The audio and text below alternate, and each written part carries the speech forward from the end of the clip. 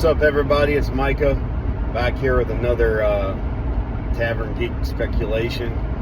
Just got done watching the Captain America Brave New World trailer several times, and watched a couple of videos that people have posted with their ideas and thoughts and explanations of things.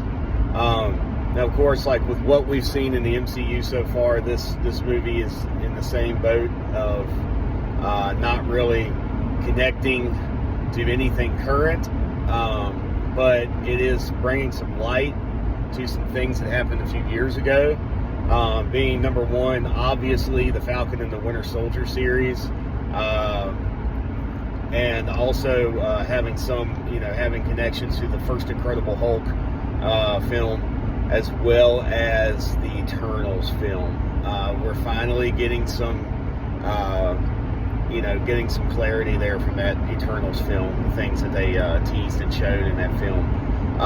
But anyway, just to get to what my thoughts on the direction of this film. Obviously, when the film comes out, we will know where things are going and this and that.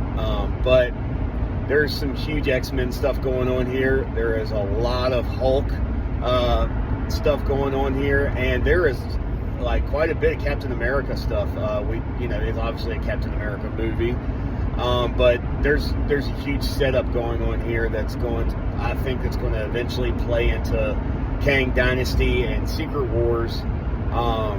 But yeah, let's get into it. So first off, my original thoughts for Esposito. Esposito is in this movie. And he said he had a Marvel role, and everybody thought he was Professor X. They thought he was going to be Dr. Doom. There was a bunch of stuff going on. I really wanted to see him as an older variant version of Kang, but, that didn't happen. But from other sources out there have said that he's playing G.W. Bridge. From a lot of people who don't know who G.W. Bridge is, he's from the X-Force comics. I don't have a whole lot of information off the top of my head about him. I'll have to read up on him. I did have his action figure when I was a little kid.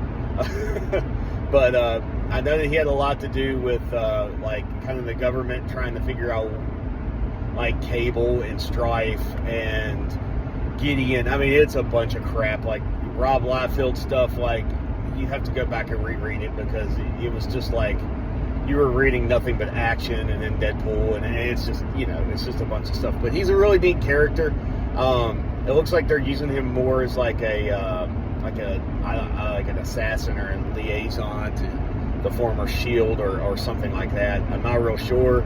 It looks like he and Sam are going up against each other, or he's doing some sneaky stuff in the trailer. But that's who Esposito is playing.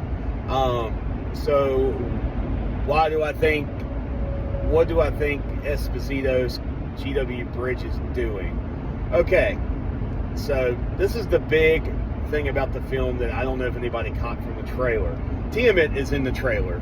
Tiamat is the Celestial from the Eternals movie that Cersei changed its molecular structure into something and froze it in the middle of the ocean with its big old hand sticking out, and it's just been there. And they've not talked about it, really. They've just been like, oh, something happened in the ocean somewhere, in Black Panther, which kind of bothered Namor a little bit. But, so, it looks like Sam is on a mission to check out what's going on for the U.S., what's going on with Tiamat and his new right-hand man, Torres, which is going to be the new Falcon. He's also a tech-savvy dude, just like Sam. The Falcon they introduced in the comics that fought alongside Sam Wilson was more of like a mutant, but I think they're just kind of sticking with the tech approach, which I think is a good idea. So this guy and Sam are going to investigate Tiamat. Something's going on there.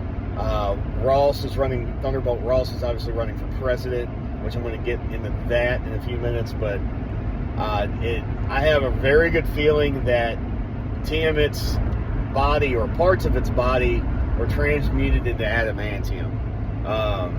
And we saw in Black Panther Wakanda Forever how the world wanted the vibranium resources that T'Challa promised them, but T'Challa's mother and Shuri and them were very hesitant to share their vibranium with just anybody, which is smart, and they were trying to honor T'Challa's wishes and stuff like that. And obviously they've shared the vibranium with Sam, and Sam has vibranium shield and vibranium suit from the last the Falcon and Winter Soldier series.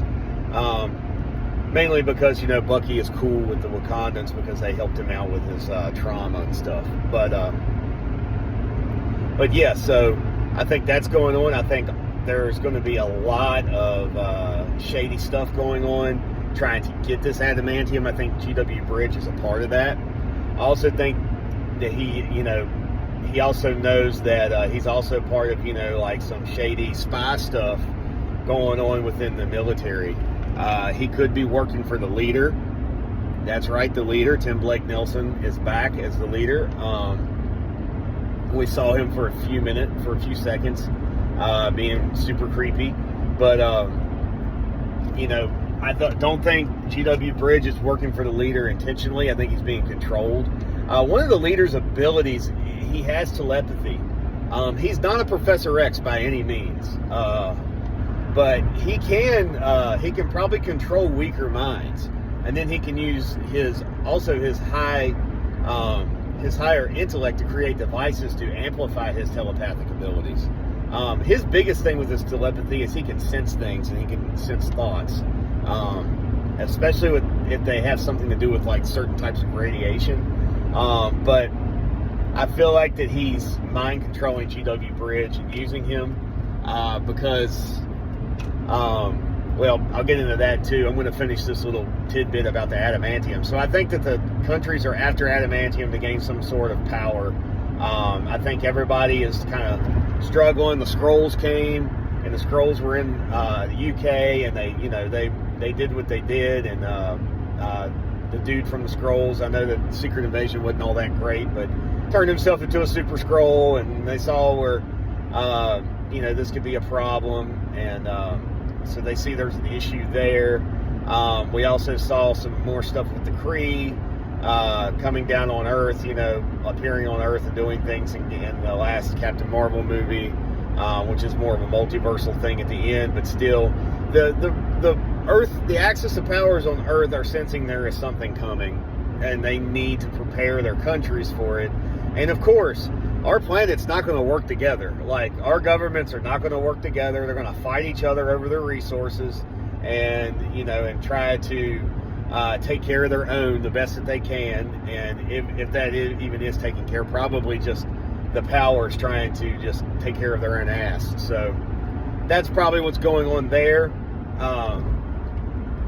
But there will probably be an end-credit scene in this film, which I really hope there is. An end-credit scene where Canada, Department H, or the Weapon X program is launched, and they create Wolverine. And they don't have to show the actor; they could just show the blueprints for the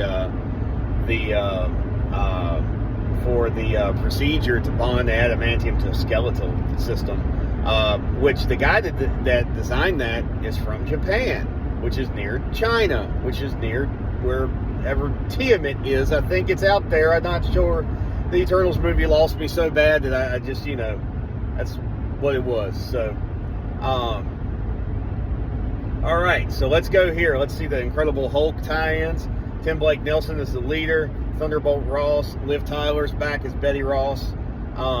So I believe that the leader was working for Thunderbolt. I think they had all kinds of different things planned up. I think that they've developed this Red Hulk serum for whatever reason, and Thunderbolt Ross ends up using it.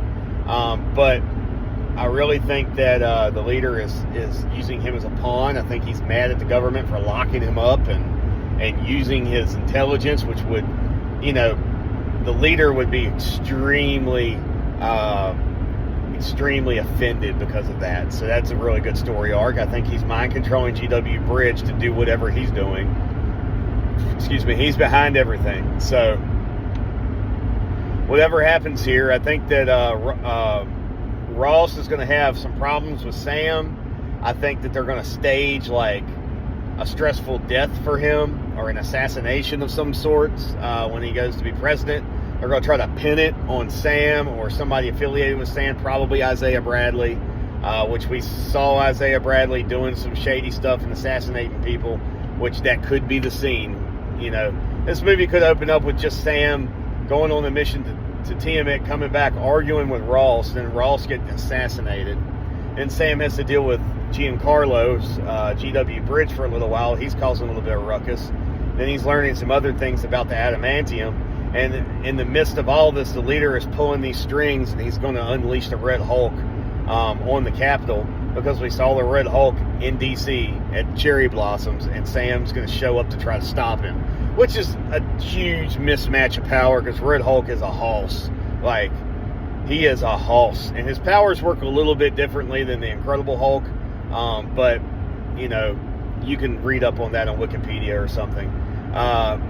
So I think that that's what's going on here. I think that Ross is going to die, because I think Liv Tyler's Betty Ross is going to show up at the funeral, and I think that she's going to call Bruce Banner. And I think that she has an idea of what's going on. I think she's going to end up running into the leader again. I think she's going to have a small, integral part of this movie where she gets Bruce Banner to show up and kind of, you know, duel it out with the Red Hulk. I think that Sam and the Red Hulk going at each other for a little while is going to be awesome, so you can kind of gauge just how much Sam's trained and where his tech is at, and just how he is as Cap. And, you know, maybe he'll have a little team or whatever with Torres, and I don't know. And I think we'll see that, and I think he'll just, you know, he'll make that decision. I got to call in the big gun to take this guy down, and we're just going to see a full-blown, you know, Hulk on Red Hulk fight at the very end of the movie, and Red Hulk's going to get taken down. And then eventually, or he's going to be talked down to surrender, one of the two. Because there is good things about Thunderbolt Ross. It's not much. It's really not much. But at the end of the day, his intentions are to protect the country and be a soldier. So we'll see kind of where that goes. Excuse me, see where that goes anyway. So, obviously, these are all the tie-ins. I think the movie's going to be really good. It's a very different direction for a Captain America movie, throwing in the Gamma-powered people and all that. But the Weapons Plus, Weapon X, Department H, Adamantium, you know, Isaiah Bradley being brainwashed, you know, whatever Hydra may be involved, we don't know. There is a girl there that is a former member of the Black Widow group, the Red Room people. There's a lot of stuff that ties into, you know, secret spy, war crime stuff, man. And it's I'm hoping it's on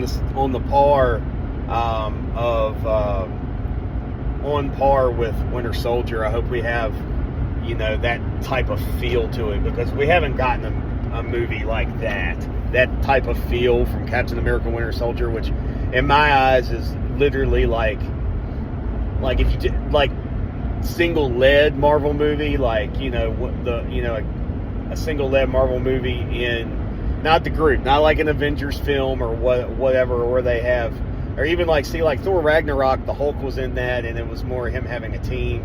I know Cap had a team in Winter Soldier, and it was him and Falcon and Widow, and Bucky was the antagonist, but it was a Cap movie. So like that was like my favorite single movie in the MCU. Like I love that movie. So I have that kind of feel going on here, and I hope that that's what's going on. But yeah, this is it. 15 minutes of me running my mouth, and let's hope that we get a Wolverine teaser at the end, which you know, we got in G.W. Bridge, and he's part of the X-Men universe. So this is going to be pretty cool. But yeah, that's all I'm here to talk about, and I hope everybody has a wonderful weekend, and later. Peace.